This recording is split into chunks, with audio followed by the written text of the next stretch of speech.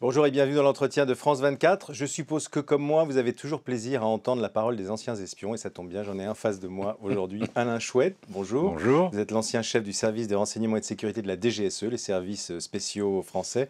Vous avez quitté en 2002. Vous publiez un livre qui s'appelle Au cœur des services secrets, mais le sous-titre est quand même des services secrets, oui, le sous-titre est plus important, Fausses pistes et vrais dangers, un entretien avec Jean Guinel. C'est un livre qui est très agréable à lire parce que c'est un livre extrêmement libre, parce que vous êtes totalement libre, vous êtes à la retraite, vous n'avez absolument aucun compte à rendre à personne.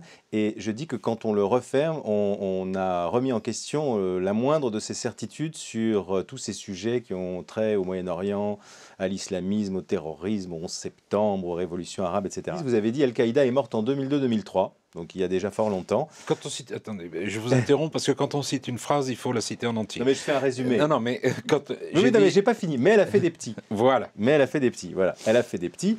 Vous disiez aussi l'épicentre du djihadisme, ce n'est ni l'Afghanistan, ni le Pakistan, comme on a tendance à le croire, ni même l'Irak, c'est l'Arabie Saoudite, en raison de la surenchère entre la monarchie des Saouds et tous ces petits bourgeois qui contestent un peu sa mainmise sur la rente pétrolière. Et vous dites aujourd'hui, le vrai danger, il vient tout simplement, il est très connu, il vient des frères musulmans qui ont un double discours, un double langage, une stratégie à géométrie variable, qui utilisent la politique, la démocratie, mais qui ont un bras armé qui s'appelle les Jamaat Islamiyah et dont le but est de prendre le pouvoir dans le monde musulman sans que les Occidentaux interviennent. Alors, j'en viens à ce sur quoi je voudrais qu'on se focalise aujourd'hui, c'est les révolutions, les printemps arabes. Et en particulier l'intervention en Libye, là, qui vient de chasser Kadhafi, et on commence à se rendre compte que ça profite à un certain nombre d'anciens djihadistes. Alors, est-ce que l'Occident a commis la même erreur qu'elle avait commis en poussant les moudjahidines au nom du combat contre le communisme ? Alors, je ne crois pas que ce soit une erreur, parce que quand on a poussé les moudjahidines en avant dans la lutte contre le communisme, notamment en Afghanistan, on savait très bien ce qu'on faisait. Alors, c'était un choix stratégique qui a été fait. Il peut être contestable ou contesté. Il était logique à l'époque, puisque pour lutter contre l'expansion du communisme, entre guillemets, athée, le meilleur instrument, c'était encore les partis fondamentalistes religieux musulmans, en ce qui concerne toute la périphérie sud de l'URSS. Donc, à cette époque, l'instrumentalisation des djihadistes et des islamistes fondamentalistes a été faite en connaissance de cause. Là, je crains que dans l'affaire des printemps arabes, on est très sincèrement, beaucoup d'Occidentaux ont cru que c'était des mouvements tout à fait démocratiques. Et il y avait beaucoup de démocrates dans ceux qui ont revendiqué la chute des dictateurs. Le problème, c'est qu'on n'a pas trop vu ce qui se profilait derrière, c'est-à-dire que l'ensemble de ces mouvements démocratiques avait été extrêmement affaibli pendant les 40 ou 50 ans de dictature qu'ont connu tous ces pays arabes, et que, en fait, les seuls éléments sérieux, structurés, susceptibles de profiter de la chute des dictateurs restent, dans la plupart des pays du Moyen-Orient, les émanations des frères musulmans qui ont été épargnés. Dans un premier temps, on nous a dit, regardez, c'est fantastique. En Égypte, par exemple, ils sont restés complètement au second plan. On commence peut-être un peu à déchanter. Mais on a dit, voilà, peut-être que ces frères musulmans, au fond, ont accepté de jouer le jeu de la démocratie. Erreur ? Mais pourquoi n'accepteraient-ils pas de jouer le jeu de la démocratie et des urnes quand ces urnes peuvent les porter au pouvoir? À ce moment-là, ils n'ont aucun intérêt à donner des signes de violence ou des signaux désagréables à l'Occident. Il leur suffit de laisser faire les choses. Ils n'avaient aucun intérêt en Égypte à s'opposer à ce mouvement démocratique. Il leur fallait le laisser se développer, sachant très bien que, in fine, et face à un paysage politique réellement démocratique et libéral totalement éclaté. On a à peu près la même chose en Tunisie, où on a 60 ou 70 partis libéraux et démocratiques qui vont se présenter aux futures élections. Ils sont la seule force qui, par le fait du scrutin majoritaire, va recueillir la plupart des sièges, comme ça a été le cas en Algérie en 90-92. Qu'est-ce qu'il faut faire? Vous dites en Algérie, c'était une erreur l'interruption du processus électoral. Il aurait mieux valu les laisser occuper le pouvoir sous contrôle de l'armée. Mais regardez ce qui se passe en Turquie. On a des islamistes très présentables qui viennent de dégommer complètement l'état-major de l'armée. Oui, ben c'est le problème de la dérive de ce qui se passe en Turquie, où l'armée était garante de la Constitution et de la laïcité, où le parti, l'AKP, le parti islamiste qui est au pouvoir depuis maintenant quelques années, a entrepris de façon extrêmement subtile de toucher à la Constitution dont l'armée était garante, en touchant cette Constitution de façon suffisamment faible pour que ça ne suscite pas une réaction de l'armée, mais de façon suffisamment significative pour montrer que la Constitution pouvait être touchée.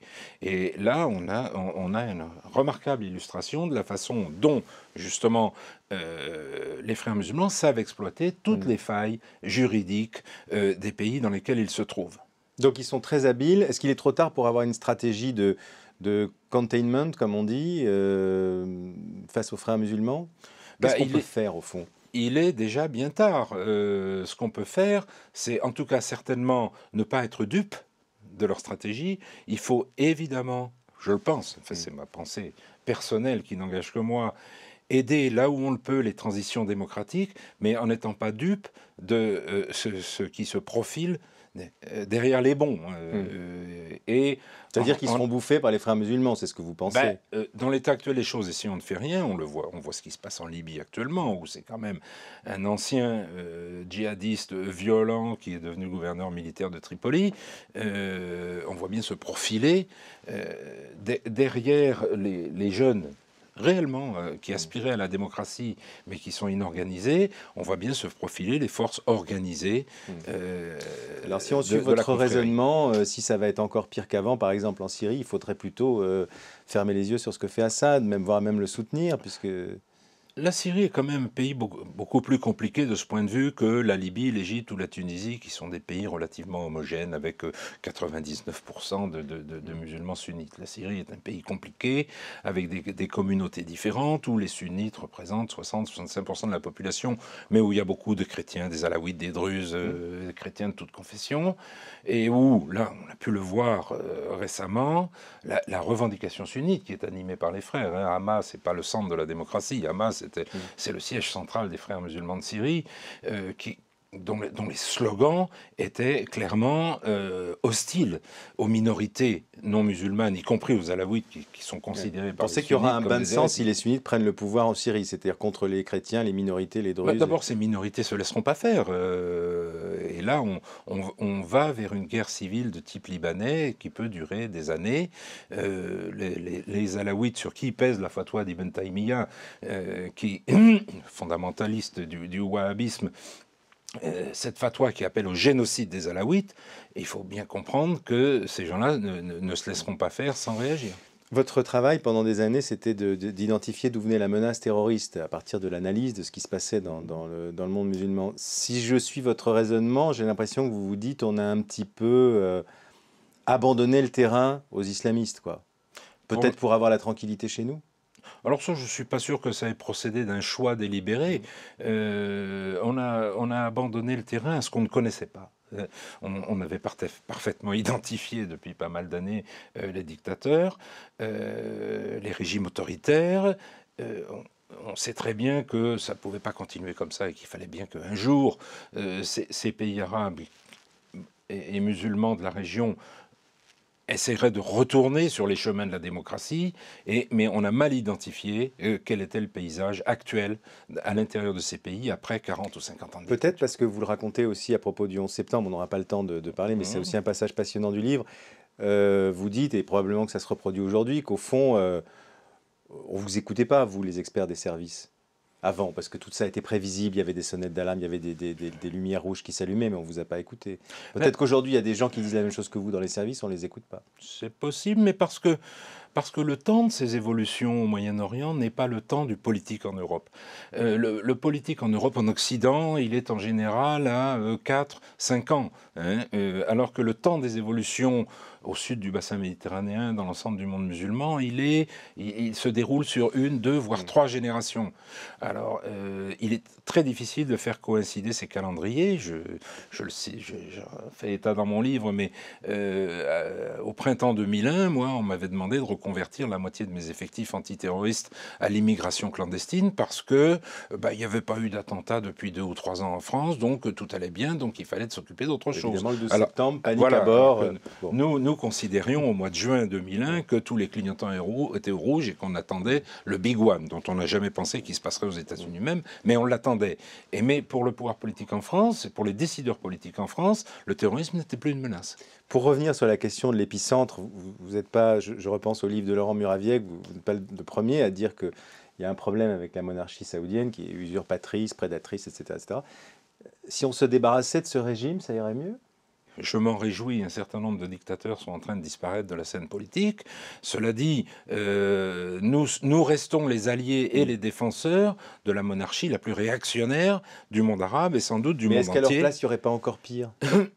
Mais à leur place, non. Pourquoi vous avez des pays comme les Émirats arabes unis qui fonctionnent très bien, tout en étant d'obédience musulmane assez stricte, mais qui fonctionnent assez bien, de façon assez libérale et avec des processus électifs. Et comment les Américains continuent à tolérer cette pompe à finances qui alimente les frères musulmans dans le monde avec leur bénédiction? Je crois que les Américains ont un problème qui réside dans le pacte contre nature qu'ils ont signé en 1945 avec le vieux Ibn Saoud, qui assurait la protection de l'armée américaine à titre familial à la famille Saoud contre le monopole de l'exploitation des hydrocarbures sur le territoire saoudien.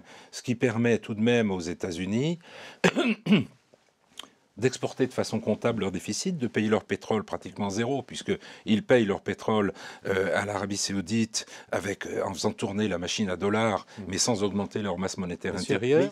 On arrive malheureusement au terme de cet entretien. Merci beaucoup Alain Chouet. Je renvoie à votre livre, Au cœur des services spéciaux, Fausses pistes et vrais dangers, un entretien avec notre confrère Jean Guinel, c'est publié à La Découverte. Merci d'avoir été avec nous. Cet entretien, vous le retrouvez évidemment sur france24.com. D'autres infos à suivre sur France 24. À bientôt.